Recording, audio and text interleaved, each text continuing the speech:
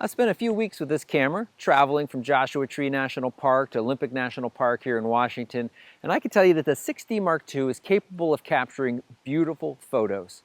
And it does it easily, with a great interface, and provides a host of features that should make many photographers happy.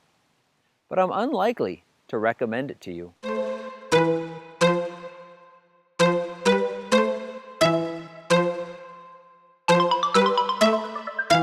Let's step back for a moment and set some context for this review.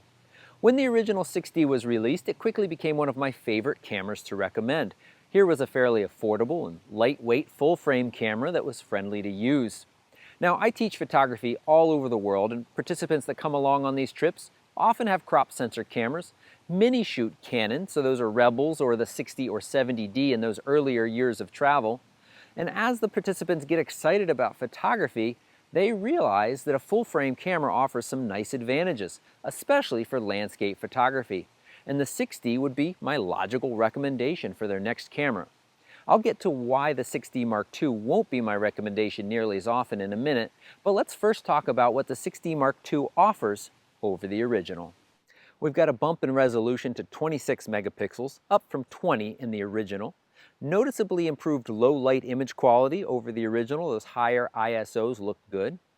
We have that lovely dual pixel autofocus now in the 6D. That makes the video autofocus smooth and accurate and makes shooting in live view a dream, especially when you pair it with this nicely, fully articulating touch screen.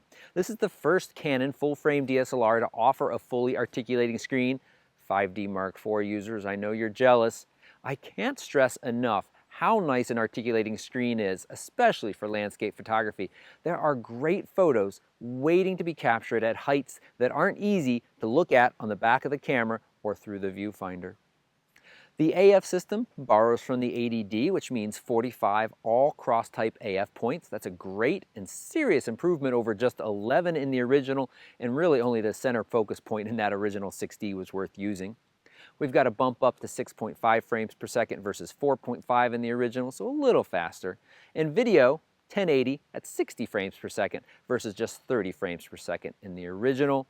Improved Wi-Fi NFC remote control. The 6D did have Wi-Fi, but now it's got slightly better with that NFC connection that makes it easier. Weather sealing that's on par with the 5D Mark IV. That's excellent. And we've got the interval timer, the time-lapse video feature, and bulb timer, borrowing from Magic Lantern, but it's still, that's nice. So all of that list sounds pretty good. That coupled with my opening statement of this camera's capable of taking beautiful photos, why am I unlikely to recommend it? The upgraded AF system is nice, except simply sticking a crop sensor AF system in a full-frame camera means your coverage is heavily centered. There are no options for focusing in the left or right third of the frame. The video upgrade is slight, but the quality compared to some other cameras, it's a bit sad. And sure, I'm going to mention it, no 4K.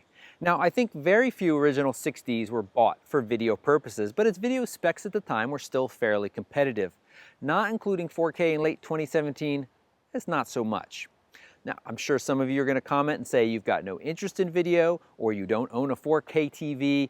That's not my point here. When spending this amount of money, wouldn't you like to feel that you're buying a camera that's on par with competitors, not one that's offering features you can find in used cameras 5 years old? And we've got just a single card slot. That actually doesn't bother me as much as not having a good system in place to save your images. On my Sony, I've had errors and even have accidentally pulled an SD card out while it was writing. But because of that database it builds, I haven't lost a single image. It's not true on the Canon. I tried the other day to be sure and lost a few images. So if you're shooting where it matters, having a single card slot with no backup system built in is an issue. And when I look around at the competition at similar price points and see 2 card slots in just about everything, it further decreases the value and competitiveness of this camera in my mind. And finally, it's actually 2 finallys. Dynamic range. Many of the photographers that I recommended the original 6D to are your travel and landscape photographer, and having a camera with good dynamic range and the ability to brighten shadows in post-processing without lots of noise is really helpful. Now, some of you might just say, well, just expose it properly. or shoot bracketing, or create an HDR in camera. And while those are solutions in some situations, they don't cover everything. Moving subjects, especially water or trees blowing in the wind, and just being able to confidently underexpose to protect the highlights in one shot and knowing it's still going to be beautiful after editing without tons of noise in the shadows is really nice. And I have found, as many other real-world reviewers have found of this camera, it is not competitive here, and in some ways it's actually a step backwards. Now, if you don't want or plan to post-process your images, this doesn't really apply to you. You can ignore it. This camera creates beautiful JPEGs. But again, for many of the people that I'm teaching and working with, post-processing is a logical part of their kind of evolution through photography, and being able to edit images and have them respond nicely to them, as many other current cameras in this price range do, it again further decreases the value of this camera in my mind. And that very last finally I mentioned, this little squidgy button down here for focus point selection. I mean, I tolerate having to use something like this on my Sony because it's a much smaller body.